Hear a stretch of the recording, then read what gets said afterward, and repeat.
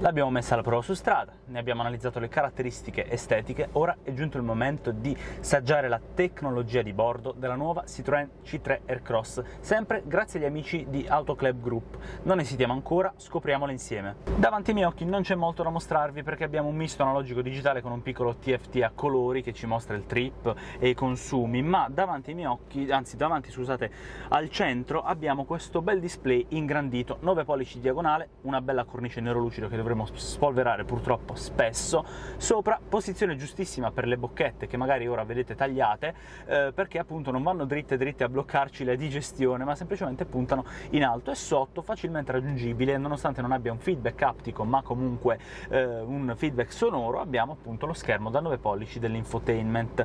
Sotto una pulsantiera, un rotore per alzare il volume o premendolo per mettere in muto, tasto home, tasto di accesso alla climatizzazione, sbrinamento anteriore e posteriore, hazard, quindi le 4 frecce, e anche il blocco porte. Ma torniamo sull'infotainment. La prima finestra è questa, la home page con 6 pulsanti: radio, navigazione, climatizzazione, telefono, applicazioni e veicolo. Scopriamo il layout di questo display. In basso una colonna con tutte le regolazioni della finestra in cui ci troviamo. In alto temperatura esterna, cavolo, 40 gradi. Se inizio a vagheggiare, ragazzi, sapete che per il caldo infatti ho il motore acceso e l'aria condizionata accesa proprio per non morire.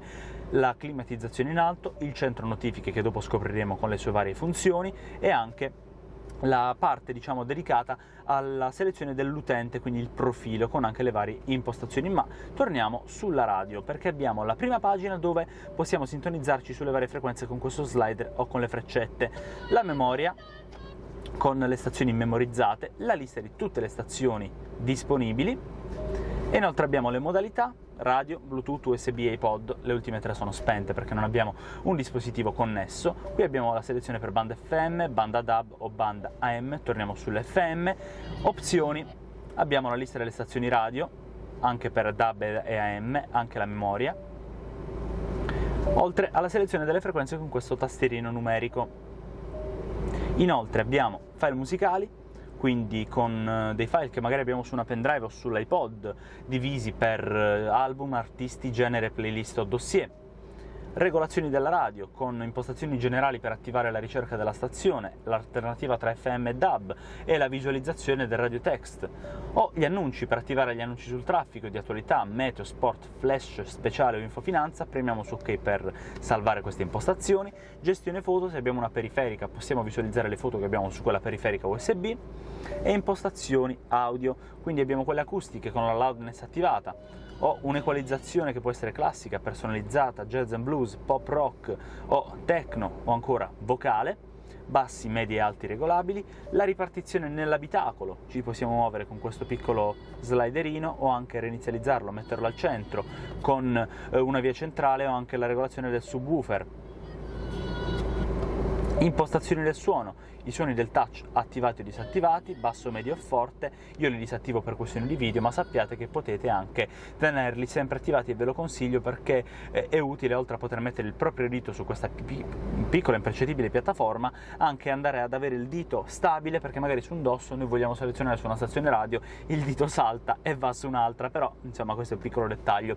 Abbiamo attivata la regolazione del volume in funzione della velocità. In voce abbiamo anche il volume della voce, le suonerie, questo è il volume della suoneria della vettura, e quindi queste erano le impostazioni audio. Modalità l'abbiamo vista, la lista l'abbiamo vista. Torniamo sulla home page, andiamo a navigazione. Questo sistema ha a disposizione la navigazione delle mappe connesse TomTom. Possiamo avere una visualizzazione in 3D, in 2D con il nord fissato in alto, in 2D normale.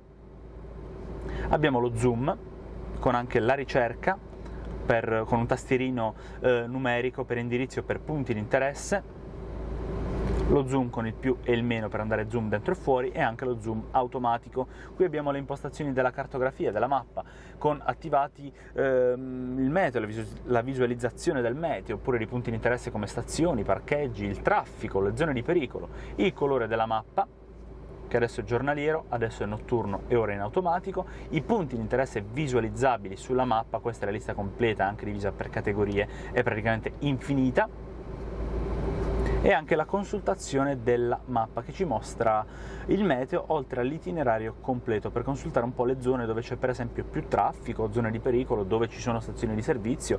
In caso di un'auto elettrificata, le auto Citroen tipo la EC4 ci mostra anche la posizione delle varie stazioni di ricarica. Andiamo sul menu, abbiamo l'inserimento di un indirizzo col tastierino, le mie destinazioni, quindi ad esempio casa o lavoro, o anche le destinazioni recenti, o anche quelle in base ai nostri contatti, la rubrica del nostro telefono.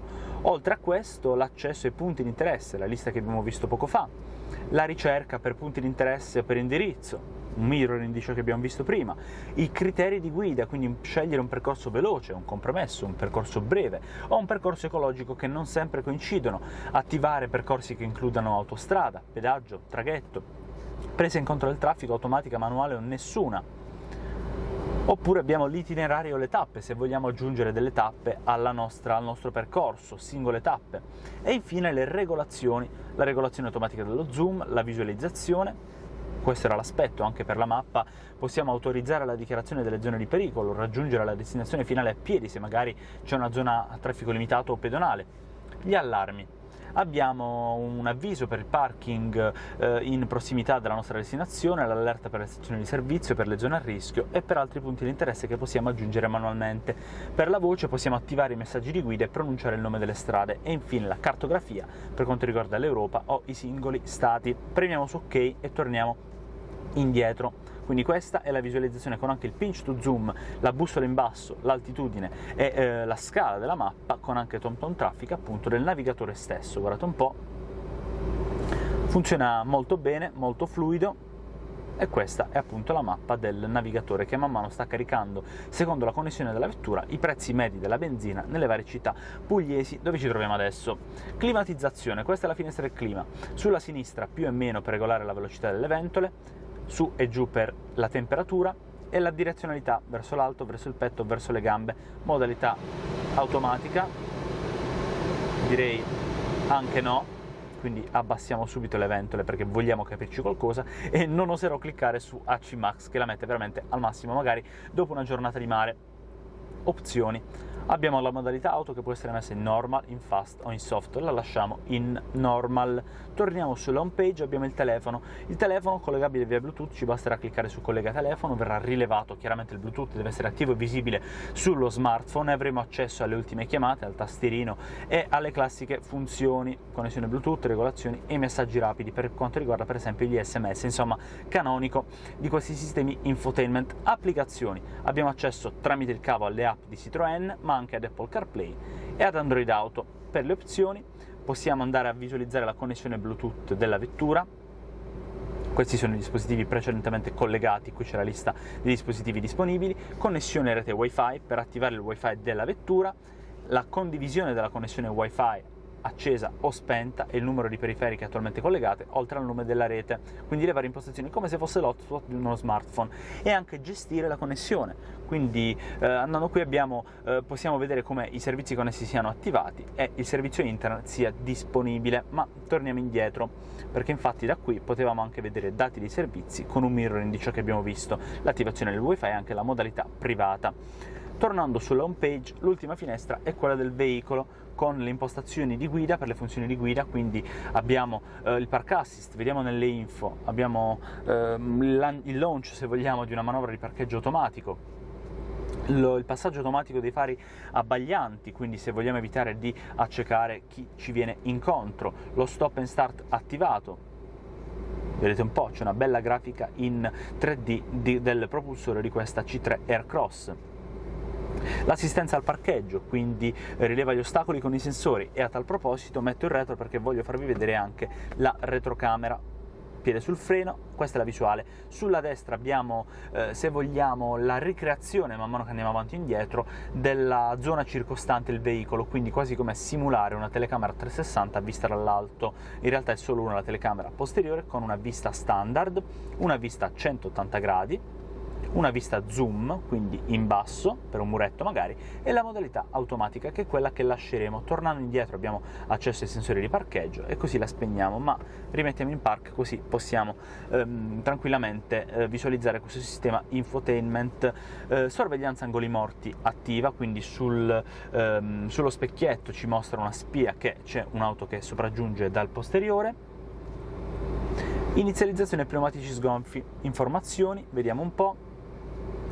Inizializza il sistema di segnalazione pneumatici sgonfi, quindi dopo aver gonfiato, comunque regolato la pressione delle gomme, quella sarà la pressione che l'auto va a rilevare e ci avviserà quando cambierà con una specifica spia.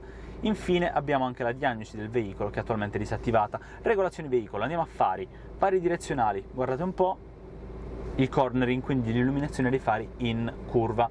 Tornando indietro, accensione temporizzata dei fari, quindi il coming home, 15, 30 o 60 secondi, e anche illuminazione d'accoglienza, sempre 15, 30 o 60 secondi. Torniamo indietro, comfort, abbiamo il tergicristallo posteriore per le retromarce, quindi quando mettiamo in retro si attiva automaticamente il tergilunotto. Infine sicurezza, abbiamo l'Active Safety Brake, che regola la distanza dall'arme per evitare una collisione, vicino, normale o lontano il veicolo che ci precede, l'allarme stanchezza del guidatore in caso di rilevamento stanchezza con dei segnali universali tipo uno sbandamento che avviene spesso, e anche la visualizzazione della velocità consigliata. C'è un sensore che rileva, legge i cartelli di velocità e ci consiglia di abbassarci con la velocità se abbiamo superato erroneamente il limite di velocità. Torniamo alla home, per esempio su veicolo voglio cliccare su queste impostazioni perché possiamo scegliere gli argomenti, quindi cambiare l'infotainment in rosso oppure anche in blu o in marrone. Premiamo su ok per il blu, guardate un po' come cambia. L'ha aggiornato, molto bello, devo dire, mi piace molto. Vediamolo in rosso, premendo su ok lo salviamo ed effettivamente cambierà la visualizzazione rosso-nero. Per ora magari lasciamo come stava in brown, e abbiamo quindi qui la scelta dei vari profili, le impostazioni dell'audio, che sono quelle che abbiamo visto prima, lo spegnimento dello schermo per non disturbare chi dorme, ma mettendo un tap possiamo tornare qui. In opzioni abbiamo la configurazione del sistema infotainment, quindi le impostazioni proprio del sistema operativo, il formato, quindi in miles per gallon per miglio, chilometri al litro, quindi in chilometri o litri su 100 km, la temperatura in gradi Celsius o Fahrenheit, il ritorno ai parametri di fabbrica, le informazioni di questo sistema e anche la modalità privata per non condividere alcun dato. Oltre a questo abbiamo le lingue, per scegliere la lingua di questo sistema infotainment divise anche per continenti, la regolazione di ora e data, come vedete per data e anche per ora, in base anche al fuso orario sincronizzato anche col GPS, la configurazione del display con lo scorrimento automatico del testo e con la regolazione, che ora lasceremo al massimo, della luminosità di questo display. Infine il parametraggio dei profili ci permette di cambiare le impostazioni dei profili, magari per la madre, per il padre, per la figlia o il figlio, oppure un profilo comune di questo sistema infotainment molto ma molto completo. Devo dire, è abbastanza pratica anche questa tecnologia contenuta nell'infotainment della Citroën C3 Aircross. Ora vi chiedo di farci sapere qui sotto nei commenti i vostri pensieri con appunto un commento, lasciarci un like se questo video vi è piaciuto, vi è tornato utile, o se avete, commentate se avete magari suggerimenti, curiosità o ulteriori domande. Oltre a questo vi consiglio di iscrivervi al nostro canale, cliccare sul campanello per non perdervi tutti i nostri prossimi video e di seguirci anche sul nostro sito e su tutte le piattaforme social che vi vengono in mente, semplicemente digitando wedrive.tv.